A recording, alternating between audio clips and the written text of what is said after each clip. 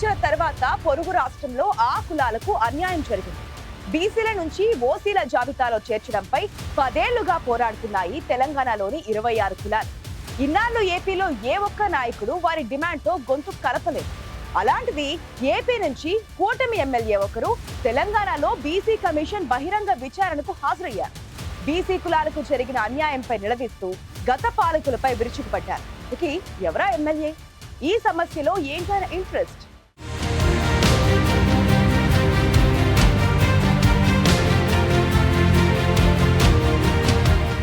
ఆంధ్రప్రదేశ్ కుల సమీకరణాలు ఎక్కువ. నాయకుడి మంచి చెడుల కంటే ఒక్కోసారి కులం కార్డే బలంగా పనిచేస్తూ ఉంటుంది. ఉమ్మడి ఆంధ్రప్రదేశ్లో బీసీలుగా ఉన్న 26 కులాలను తెలంగాణ ప్రభుత్వం తర్వాత ఓసీ జాబితాలో చేర్చడంతో వారికి అన్యాయం జరిగింది. తమ బిడ్డలను సరైన చదువులు కూడా చదివించుకోలేకపోయారు. 10 ఏళ్లుగా తమను బీసీల్లో చేర్చాలంటూ ఈ 26 బీసీ కులాలు తెలంగాణ ప్రభుత్వంపై ఉద్యమిస్తున్నాయి. ఇప్పటిదాకా ఏపీ నుంచి ఈ కులాలకు సంబంధించి ఏ నాయకుడు కూడా వీరికి బాసటగా నిలవలేదు. కాంగ్రెస్ ప్రభుత్వం అధికారంలోకి వచ్చాక తమ ఎన్నికల మేనిఫెస్టోలో పెట్టిన ఈ 26 కులాలను మళ్లీ బీసీల్లో చేరుస్తామనే హామీతో ఆశగా ఎదురు చూశారు. అయితే ఏడాదిన్నర గడిచినా కొత్త ప్రభుత్వం కూడా పట్టించుకోకపోవడంతో ఉద్యమాన్ని మరింత తీవ్రతరం చేశారు 26 బీసీ కులాలు.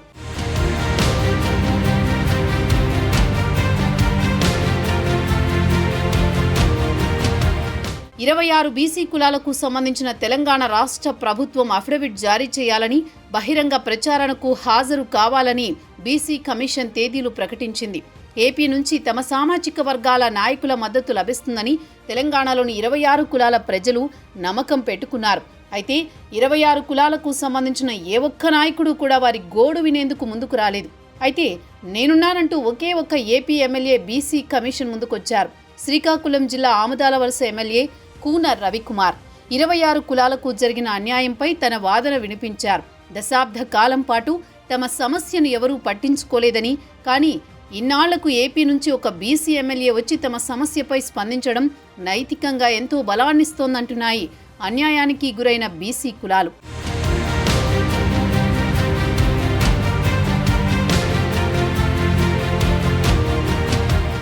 ఏదో వచ్చాను వెళ్లానన్నట్టు లేదు కూన రవికుమార్ మద్దతు. అప్పటి బీఆర్ఎస్ ప్రభుత్వంపై కేసీఆర్, కేటీఆర్పై బహిరంగంగానే విమర్శలు గుప్పించారు. 26 కులాలను ఓసీ జాబితాలో చేర్పించారంటూ టీఆర్ఎస్ పార్టీగా ఉన్న పార్టీని బీఆర్ఎస్గా మార్చి మా ఏపీలో అధ్యక్షుణ్ణి కూడా నియమించారని గత పాలకులకు గుర్తు చేశారు. మీకో న్యాయం, మా కులాలకు మాత్రం అన్యాయమా అంటూ నిలదీశారు. బీసీలంటే అంత చులకనా?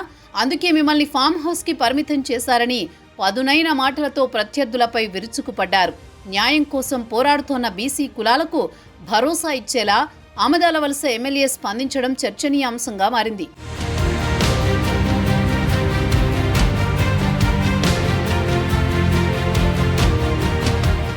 ఆంధ్రప్రదేశ్ ఎమ్మెల్యేల్లో ఈ 26 బీసీ కులాలకు చెందిన వారు ఉన్నా ఎవరూ తెలంగాణలో జరుగుతున్న అన్యాయంపై మాట్లాడలేదు.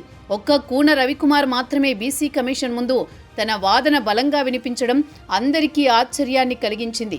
ఓ బీసీ నాయకుడిగా తాను ఈరోజు ఇలా ఉన్నానంటే బీసీ రిజర్వేషన్ వల్లే అని చెప్పుకున్నారు కూన.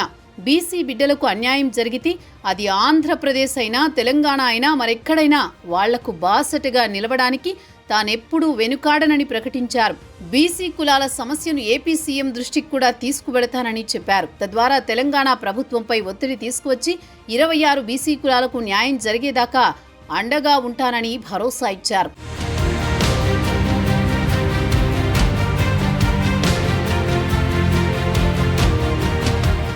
రెండు 2024 సార్వత్రిక ఎన్నికల్లో కూటమి ప్రభుత్వం ఘన విజయం సాధించిన తర్వాత శ్రీకాకుళం జిల్లాలో బీసీ కోటాలో కూన రవికుమార్కి మంత్రి పదవి ఖాయమనుకున్నారు. అయితే అనూహ్యంగా చివరి క్షణంలో ఈక్వేషన్స్ మారిపోయాయి. బీసీల కోసం తెలుగు రాష్ట్రాల్లో గొంతెత్తుతోన్న కూన రవికుమార్కి మంత్రివర్గ విస్తరణలో అయినా అవకాశం కల్పిస్తే బలహీన వర్గాలకు న్యాయం జరుగుతుందంటున్నాయి ఆ సామాజిక వర్గాలు. పొరుగు రాష్ట్రానికి వచ్చి మరీ బీసీల కోసం గొంతెత్తిన కూనకి కేబినెట్ యోగం ఉందో లేదో మరి.